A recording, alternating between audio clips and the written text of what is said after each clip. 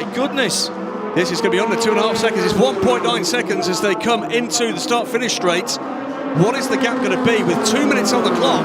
They cross the line. There's going to be another lap after this one. It's 1.4 seconds. There's going to be another lap after this one, Graham, and the Audi knows he's got to get through. He's got a couple of GT cars ahead of him. One of them is the Aston. There's debris being thrown up.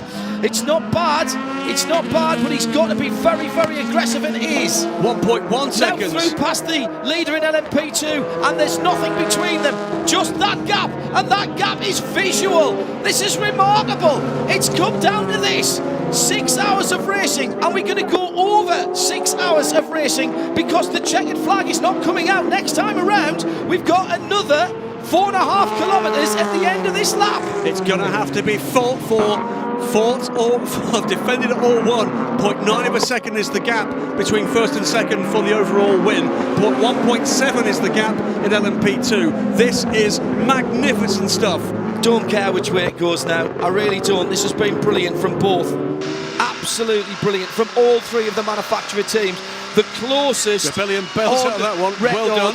Closest on record between the three teams in qualifying. The second closest between first and second. The second closest between the top six in the current system of WEC qualifying. And it's come down to this. This is brilliant stuff. This matters probably more than any other 6 hour race that I can remember for all sorts of reasons.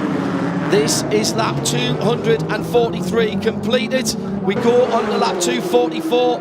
There's a shake of the head from Ollie Jarvis. They need help from traffic. The Toyota goes long into the first corner. It's going to be all about where the traffic is hit. Like Duval, it's like a video game for him now. There is his target. Time is running out. Time has elapsed. It's over. Now it's the chase to the line. We promised you 6 hours of action. We're going to give you a little bit more here. Duval was actually slower that time around by half a second, but now he's got the bit between his teeth. Oh, traffic, look at the traffic. Look at the traffic in front of the leaders. Oh dear, oh dear. Anything could happen here. Duval's going to be right on the back of the Toyota as they come into the accelerator. It's quite a long run to the finishing line here. Who's got the energy left? And I don't mean physically, I mean electrically. It's going to be who's got the boost out of the final corner. Look at this. Watch this. This is the end of the race. This is who is going to win the 6 hours. This is not necessarily great for Toyota. He's been caught the right line. He's picked the right line. Brilliant stuff from Kobayashi. The crowd in front of us rises one in the 6 hours. Oh, Fuji goes to Toyota on home grounds. And at the line, it's a second and a half. The crowd literally go wild. Absolutely, everybody on their feet for that one. And to be leading with 6 minutes 45 seconds to go. I'd be curious to know where that sits. I'm not accelerating. I have no power. What? This is the 5 car, it's slowing down, it's got no power. Louise, you probably won't get anything, but Kazuki Nakajima on Team Radio, because I'm not sure whether you hear it. He has no power. No power with 6 minutes to go for the 5 car. Look at his throttle, it's flat, and he's doing 98 kilometers an hour. This is just incredible. I'm in the limit now, 200 kph. He's on the limiter, 160 kilometers an hour there. It's only going to 6.5, maybe 7,000 revs. He does have a minute and 9 seconds, but it's not going to be enough. He's like doing half the speed of the Yanni Porsche down there. There is the 5 Toyota just exiting the chicane. Push. Yeah, it's stopping. It's stopping. There's going to be a lead change on the start-finish line. There is a new leader. 3 minutes, 21 seconds to go, and there's a new leader. The 5 car has stopped. They can't believe it. They're going crazy in the Porsche camp. Look at them. Oh my word.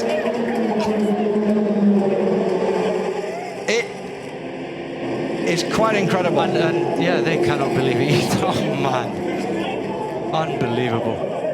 This car was on pole on Wednesday night, and they weren't headed all day Thursday. they had a pretty dismal start in the rain, and they've had problems, they've had issues, but they have kept going.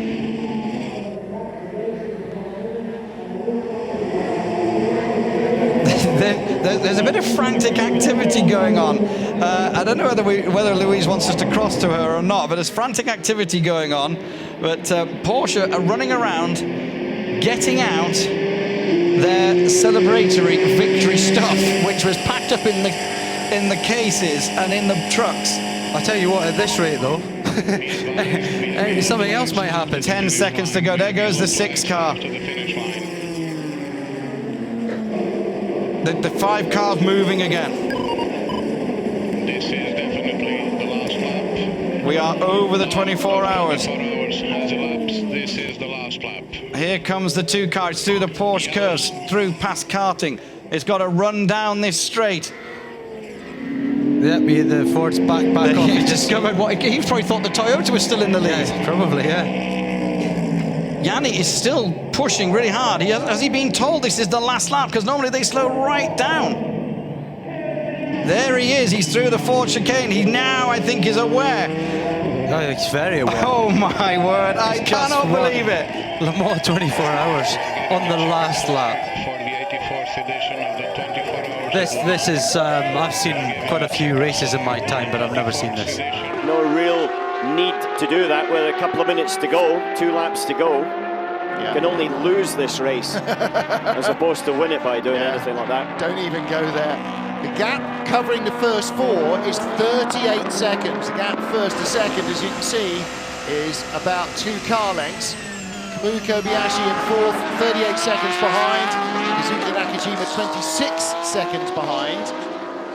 But Toyota made a real race of it in a way that nobody, I think, expected inside or outside the team after qualifying. They had no qualifying pace to offer Porsche, and yet in the race, they spent an awful lot of the first 4 hours in very close company.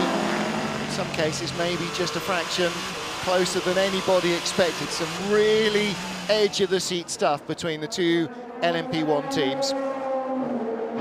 Everybody quite convinced yet that it's coming their way at Signatek. Maybe just easing off to 101% maximum attack would do for Gustavo Menezes. Cars on the final lap. It is lap 192 of the Circuit of the Americas for the race leader Earl Bamber, his teammate Nick Tandy. Gustavo Menezes leading by 20 seconds in LMP2. Alessandro Pierguidi by 5.5 in GTE Pro, and Matthias Lauda in the 98 Aston leading by 50-odd seconds in the GTE AM class. Passing the 51 Ferrari go the race leaders once more. And disappointing, I'm sure, for the number 1 team. They end up having to surrender the lead. Neil Jani, Andre Lotterer and Nick Tandy could have won this race. In the end, it will be a 4th straight victory for the number 2 Porsche. Timo Bernhardt, Brendan Hartley and Earl Bamber. James Collado, I think, finally starting to believe that they're going to win this class. Today. Yeah, just that, the way he looked up there, almost you could hear the sigh of relief. It's not over until it's over. Yeah. You know, you just need to ask Toyota that about Le Mans victory that was on the last lap after 24 hours where they stopped right in front of the start and finish line. But it's not going to be this for the 2 Porsches in the LMP1 category. Coming down, oh my goodness! Do not do that on the final lap. That could have been victory going Toyota's way. They, I'm sure, felt it was under control. However, it is a Porsche 1-2 at the Circuit of the Americas. A 4th straight win for the number 2 car. Good job, boys. Well done, Porsche team. That's a fantastic result. Well done, both cars. Well done, everyone. And victory for James Collado and Alessandro Pierguidi in the GTE Pro class.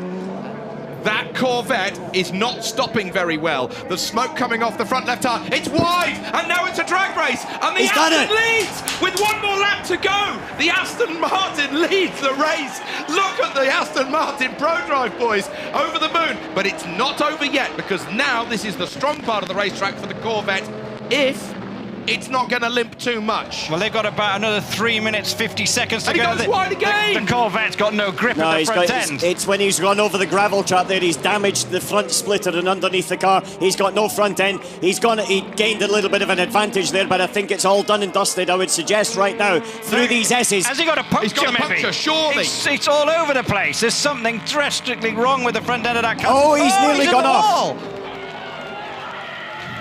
He's got a puncture, front right puncture. It's gone completely. There's all tingles there. He's a little bit behind in that respect, so watch out for the Ford that's in third place. Is it going to be able to catch up and take second place on the final lap of the race? Tingle, a minute and 19, minute and 20 away, but with a puncture with most of the lap to go, he should do that.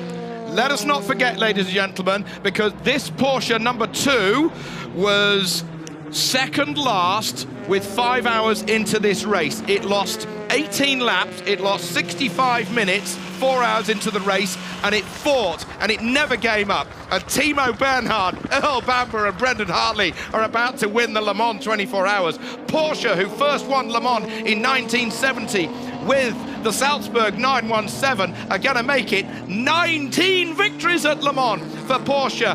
The number 2 car fights from the very back of the field to win in 2017. That is motorsport, and you'll never see a fight back like that for many, not even a year, a decade. I'm proud to witness it. Unbelievable. Who's that? That's 41, that's Yiffy Ye. That is the LMP2 leader. In the first turns of the final lap, the car has stopped. They are out of the lead. 30 seconds ahead of 31, the sister car. That's it, their race is over. If they don't make it to the line, they won't even be classified as finishers. Into the first chicane, the new race leader. Still WRT, but suddenly Ferdy Habsburg there and his teammates, from being second, are going to win Le Mans. Last couple of corners, the first race of the hypercar era at Le Mans, and Toyota go 1-2, a first win for Mike Conway, Kamui Kobayashi and Jose Maria Lopez. Another 1-2 for Toyota, and there's the LMP2 battle at the flag.